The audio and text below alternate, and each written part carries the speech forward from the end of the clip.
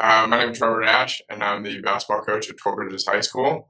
I just came over from Lincoln High School, which I really, really liked. Rob, we were talking about that I was a varsity coach for 10 years there, which is crazy how quick a decade of coaching goes. Seems like just a couple years ago I got the job. Um, I played at Chico State for Greg Klink, which was an awesome experience. He just officiated my wedding this last fall, so kind of a killer experience to have your college basketball coach marry you, which not a ton of guys get. And I grew up in the area. I played for Coach B at Delaware High School, which again, good experience, great program, did a great job. So I think it really helps.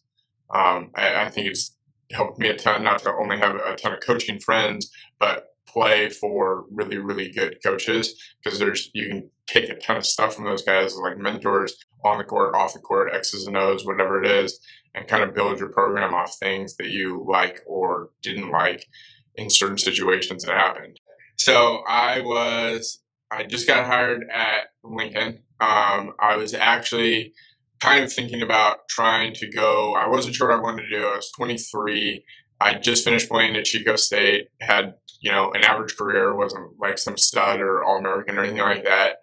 And I was kind of like, if the right job comes along, like I'll take it, but I might go play for pennies overseas and just kind of see the world while, but I was kind of burned out. Like college basketball is a lot, so I wasn't really sure what I wanted to do.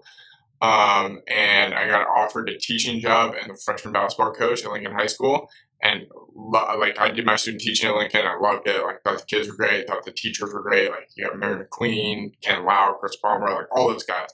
And so I was like, I'm gonna be the best freshman coach like ever because we can run this. Like I love running this at Chico. Like this is a layup every time. Like we need to run this stuff. And I walked into practice the first day, and like we can't make a left-handed layup. We can't catch the ball. Like guys are dribbling and tripping over it. Like oh my god, like what have I got myself into? But I really liked the kids, but it was just like my expectation from like what you could do with freshman basketball players. It was way off. Like I was like, well, we can't do this. We just need to like work on left-handed layups.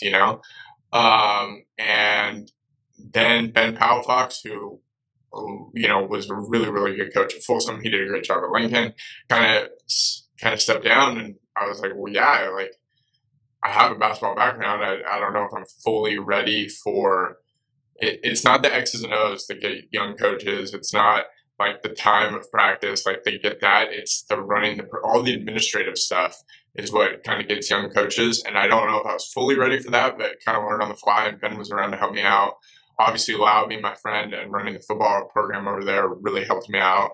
And so I kind of learned on the fly. And like, I mean, definitely administrative wise, like you learn some stuff that you don't like doing or you like doing, or what time you want to practice and how you want to run your basketball class and stuff like that. But definitely a good experience. And we were talking before about how tough it was to leave Lincoln for Fort Bridges. Because when I got the job at Lincoln, like I knew that this new school was going to open. I didn't know if I was going to go or not. And when you weigh out the negatives and positives, like Lincoln has a really, really talented team. You got, Overbay, Josh, who both played for me as sophomores. Fergie, who I coached his brother. And he's been in the program, really, really tough kid. And it's like, man, you're definitely leaving a talented group for, obviously, like Walsh came in, Walsh is rolling.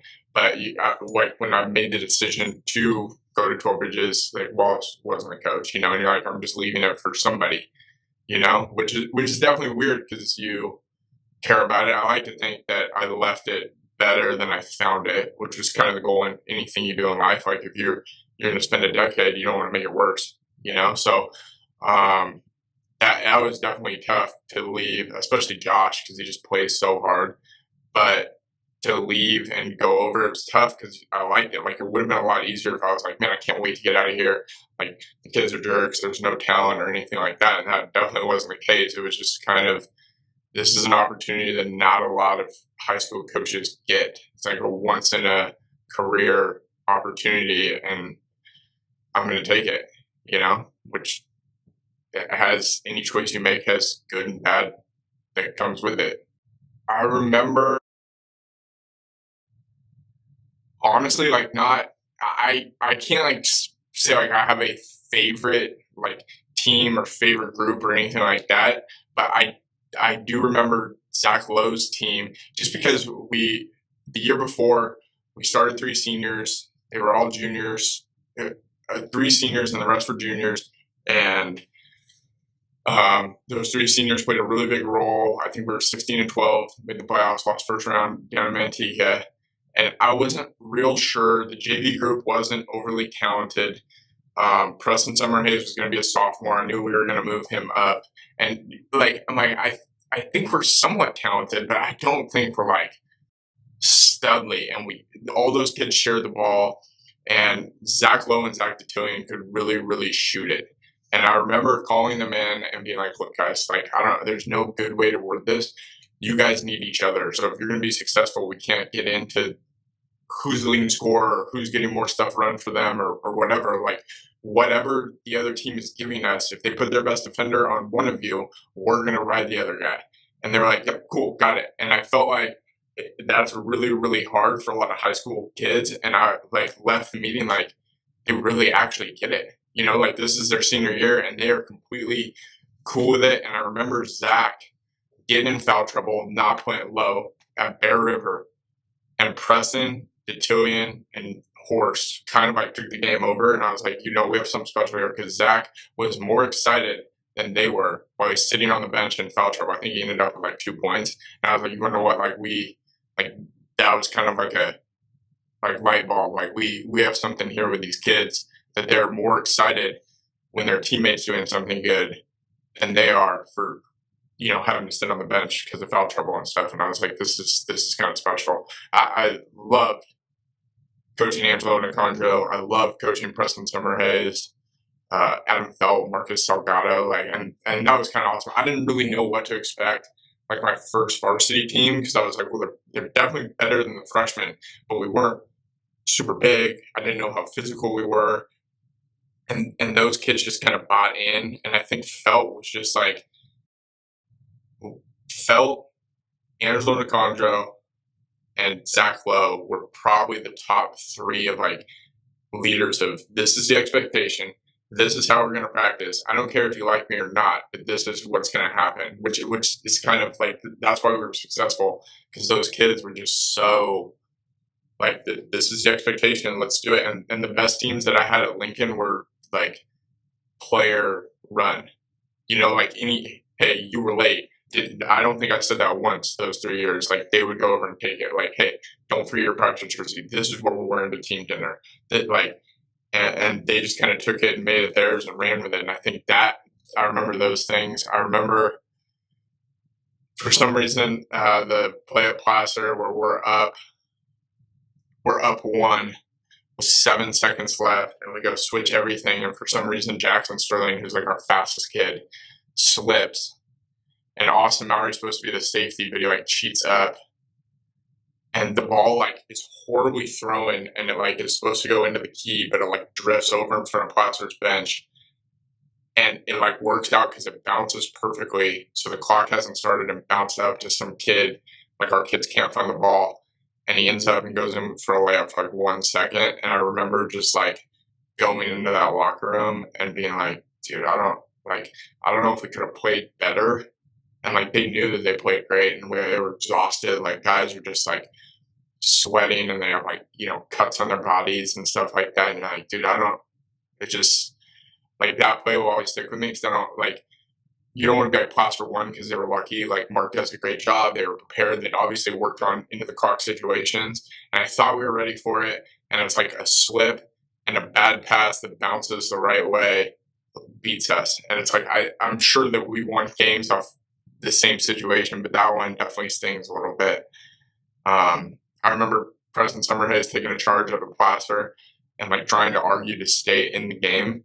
And his nose is bleeding, his face is bleeding, and we have Bombard, who has zero medical training, trying to stop him from bleeding. And we've resorted to like stuffing cotton swabs that we have in the med kit into Preston's mouth. And he goes back out there and it looks like he's like chewing tobacco or whatever. And at free throws, he would come over and we'd like hide it from the official and change it. I remember that. I don't know. A lot of good memories and a lot of good kids at Lincoln High School. You know, like I could probably go on if we just sat here and talked for 3 hours about games and situations and stuff I remember. I do like to take a little bit of credit with that because I mean Mary McQueen is the most, and this is not a knock to any leadership teacher in the area, but I don't think they get more spirited than Mary. Like Mary was leading the zoo and broke her leg against the Nevada Union because she's on the court, like getting them to cheer, and she like takes losses. Like we play a crap, lose by 20 at home, and she's like, "That's our fault. The zoo wasn't good enough." You're like, no, Mary, like not, but some of those guys, those baseball guys, they'd come to me for like ideas and Mary would help. Like they came up with the Sports Center broadcast booth. I thought that was great. Mine was San Francisco State did this fest when I was at Chico and it was unreal. Obviously a little bit different because college kids probably drinking in the parking lot and stuff where our high school kids shouldn't be doing that.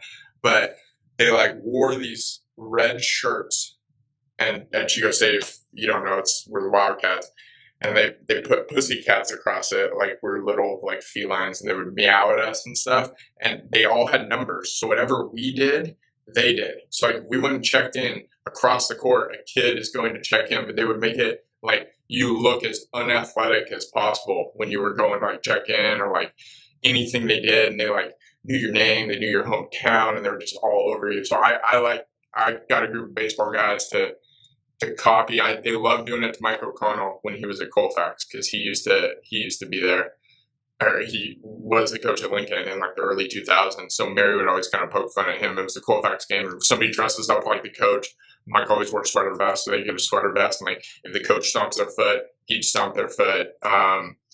The zoo was awesome.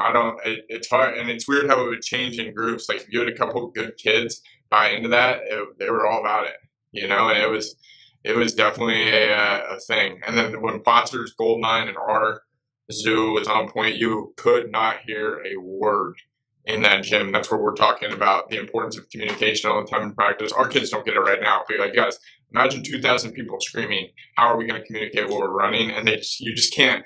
You can't simulate that in practice. You just can't. I mean, that was really something special. Like, I'm hoping we get that going at 12 Bridges. I don't know. It's weird at 12 Bridges because a lot of those kids have never been to. I mean, their 8th grade year got cut short. They've never been to a high school like basketball game where you're allowed to like. Yeah. So I don't. So he's in freshman PE, and I had a couple PE periods, and Coach Darren Nye was my buddy, and he was student teaching with me. We played at Chico. And this kid kept coming in, obviously high energy, never has a rainy day, unreal motor, kept coming in every morning during class, because it was our prep, to talk hoops with us. And I obviously liked being around him, but it took like 2 weeks to figure out that he was hiding from running. Because they would start in PE class to run. But I didn't know, like this kid, high energy kid, like dressed out in PE clothes. I was like, dude, this is great. So I feel like, and it was Zach Lowe's senior year, Zach Lowe, Zach Cotillion, Willie Montanavi, Scott Trubinsky were all seniors.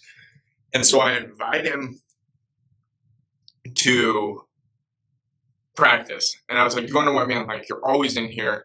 Why don't you come? Thinking like, there's no way. They're 2 hours long. He's not going to like it. Like, but we'll open it up. I'll get him a shirt. Like, he can wear it around, think he's big time.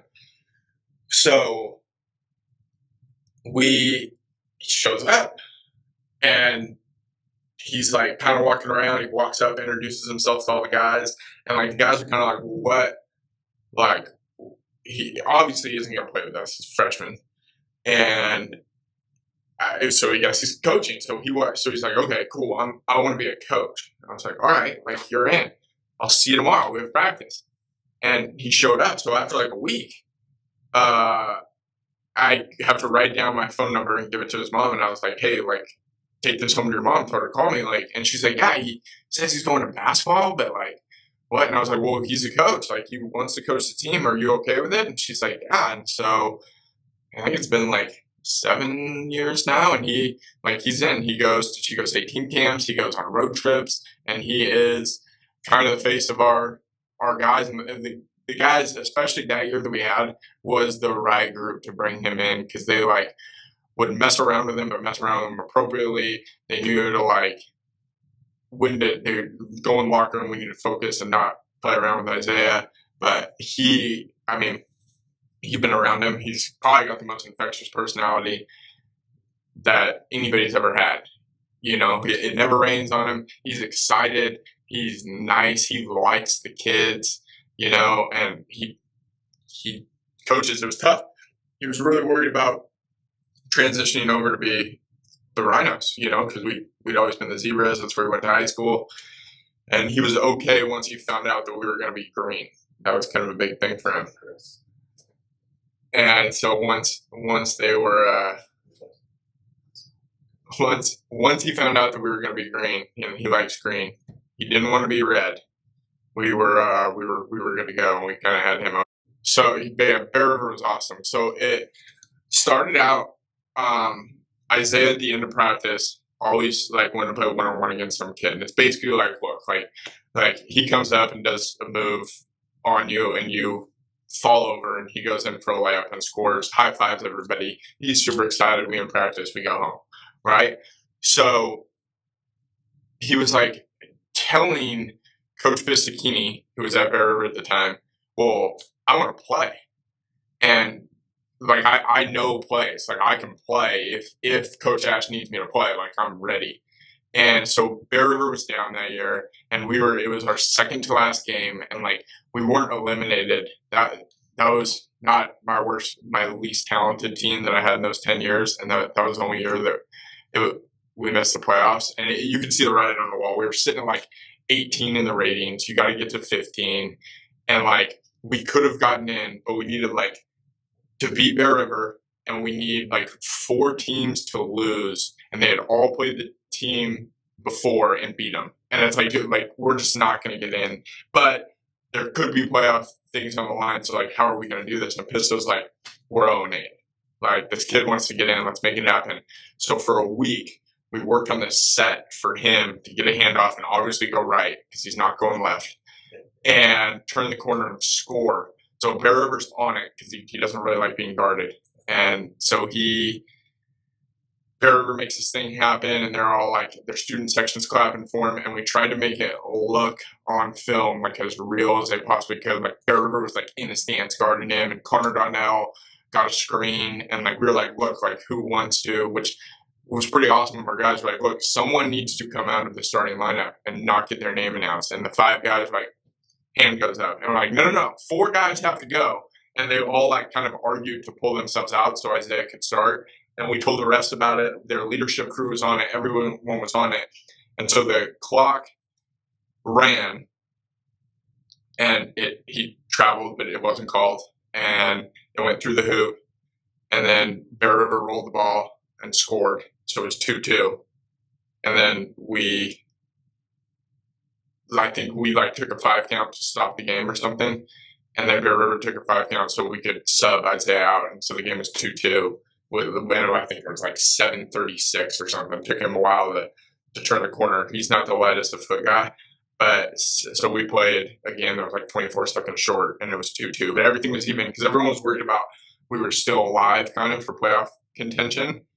And like the refs had a good point. They're like, well, if Dixon's counting on you to lose, they probably don't want, or like if they clinch, they probably don't want you starting with 2 points. And I was like, yeah, you're right. I wouldn't want that. So how are we going to make this fair? So we made it as fair as we possibly could. Everyone did that night what they were supposed to do. We won, they won, all the 4 other teams won. So we were kind of eliminated. So it totally worked out. Do you feel like everybody left that building that night better? I mean, I like to think so. I know that Isaiah was tired. I still have the video of my phone. Like he's like, I mean, we've all been in locker rooms before, and there's like that nervous energy and stuff. And he's like trying to emulate what the guys do to get ready, you know, because some guys are dribbling the ball, some guys are sitting against the bleachers, some guy, whatever, everybody gets ready in their different ways. And he was trying to do all of them. He doesn't really know how to get ready for a game. Like he's not the kind of kid, I don't think he's ever really played competitive sports. And so this was his one shot, and he like was asking guys like if he should, you know, how high he should pull his socks up, like how he tucks his jersey in. He wanted to make sure that everything was perfect. So he killed it. I know that it definitely was cool that Bear River did that, and like it was awesome that our guys were all for it. I mean, just I don't know. It was a pretty cool experience. One time, so Coach and I left. He got the Casa job. Coach had Casa for like 3 years, so we set something up to play, and we go in at halftime. We're playing bad, and the water bottles aren't filled up. And I was like, "Where's Isaiah?" And we looked to warm up. Isaiah went in and coached the Casa guys at halftime because it was Coach Nye, and he likes Coach Nye. That's his buddy. And I was like, "Where are you?" He's like, "Oh, I went to coach the Rams." And I was like, "Well, who are we playing?" He's like, "The Rams." And then you like realize like, oh crap, I just helped. I told the Rams to play hard. Like, but and he was like torn because Coach Nye is his buddy and he wanted to go coach with him. And he's like, well, I was going to ask if I could sit on their bench. And I was like, but you're wearing a zebra shirt. He's like, oh, well, no, what have I done kind of thing. And like, he was just bouncing back and forth because he knew both coaches. Kind of a little bit. You can definitely do a lot more with JV athletes, but it was a wake up call for like, man, we have to work on how we pass and catch, and like talking about like nothing's quick. Like even Coach Foxford is like, oh, that'll take us like 10 minutes on our practice plan. It's like whatever you think it's gonna take you, it's gonna take double. And like then you have to make sure you revisit it because it's just like they don't, especially not having a real basketball season or no real summer league, like just IQ stuff or like terminology stuff. We're just behind. Like it's just not we're behind anyone else, but like where you would think kids are. It's definitely you kind of have to hit your head against the wall. And we talked. It's like you can prepare them as much as you want, but until a JV kid, you can tell them that stove's hot. They need to touch it, and then they're like, "Oh, okay, now I understand. This is what Coach Ash is talking about." Not like, "Hey, when you hear this, it is a back cut. Jump low on ball side or whatever." They're like, "Okay, cool, got it." And then we'll get back cut first time, and then everyone on the court is like, "Oh, good, yep, got it." And I that's definitely interesting. I think just talking to guys, I think it's kind of a sophomore thing from other things, and I think that it's so like and other teams do it too. Like we ran the same play once 4 times in a row and got it every time. And you're like, how does this work? But it works on both sides. It's just stuff that you wouldn't expect to happen in a varsity game. You can pretty much count on what happened in a JV game. Like we had 21 turnovers the other night and won, and like that's unheard of at the varsity level. But the other team turned it over 24. Like it's pretty easy to win the turnover battle. Like stuff like that. It's crazy. It's different. I think I had a feeling that team, and I knew like Nick came back to coach with us. Like Preston Summerhays is always around. We're trying to set up time to get lunch. Like those kids were not the most talented kids I had, but obviously they played together. And like I think if you like, because you can tell when it's going to happen with the groups that you have. Like, and it's really easy. You're like, dude, like it's just so emotional for those kids to be like, dude, like your basketball career. And I wish more high school kids would get this before it's too late.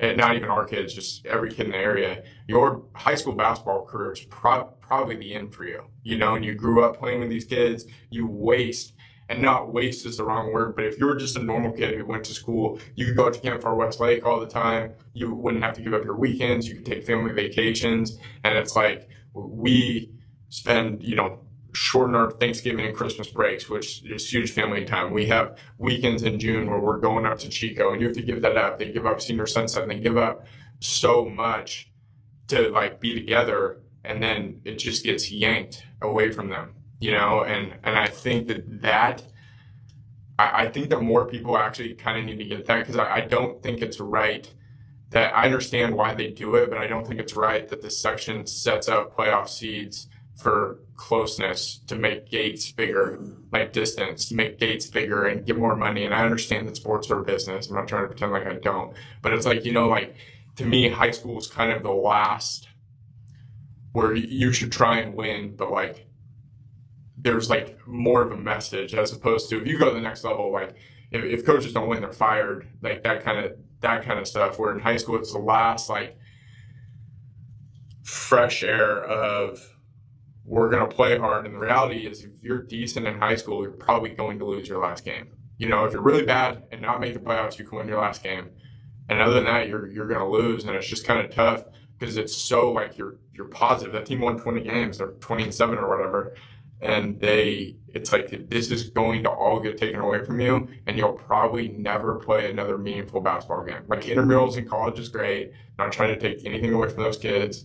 Men's league games are great, but they're not the same. Where you like tried and you played as hard as you could and you prepared, and it still wasn't enough. And I think that there's kind of a message in that like you are playing something for 4 years that is going to end negatively. So like how can you make sure you get a positive experience? And it's those kids, like you go down the list when we were talking, all those kids I named before just like emotionally can't handle it. And I think it's shocking when you're like, this group cares, this group will play for each other. Those are the groups that you have. Like the kids who are like, oh, I can't wait to get to baseball. Not that there's nothing wrong with baseball, but like they just don't have the same reaction. I think that it's like more parents are like, I think you need to see that and be like, okay, like why, when your kid was 6, why did you sign him up to play basketball? And like my friend coaches at Dominican, Justin, he was in my wedding, and he bounced around. He was at Louisiana Tech for a while, and he's like, like my daughters just started playing basketball, and it's like it's pretty refreshing because I don't think that they're great, and I want them to be on a team and understand difficult situations and how to work hard for something. And somewhere I feel like 7th, 8th, 9th, 10th grade, everyone gets so scholarship like based, and it's like, look, like a lot of you kids are not going to have. Look at how successful Rockland, Lincoln, and Whitney, regardless of whatever your definition of success is, but those programs, and they're all different. They all play a different style. And like we sent 2 kids to small NAIA schools in 10 years when I was at Lincoln. Like Nick has had some really talented players, and no, I don't think he's had a D1 guy. Like Steve's had one D. Steve's had more, but not every year is a kid going out of Rockland on scholarship. And it's not a knock to those kids, but it's like, why did you start playing? And there's all the things that time commitment and being part of a team and getting your way and having to work hard with something and not getting your way, even when you did the right thing. And, being part of a group, all of those things are why we have sports at school. And I feel like that's kind of the message. Not that school is not important, but like I learned a lot of things playing sports in high school and college that I think prepared me for life way better than going to English class or anything like that. Not that English isn't important, but I think that those lessons get overshadowed with everyone being so committed on, well, we got to do this to get a scholarship. And it's like, parents, the odds are not in your favor. Like you're like kind of playing the athletic lotto on that one, and you look at these kids, like LeBron James's kids good at basketball, no duh, and it's like, well, were you good at basketball? No, and my wife wasn't either, but we're really hoping our kid gets a scholarship. And like, it's just not, you shouldn't hope for that. You should hope that it's a great high school experience and learns a ton and makes friends and plays his butt off and then graduates. Like that's what everyone should hope for,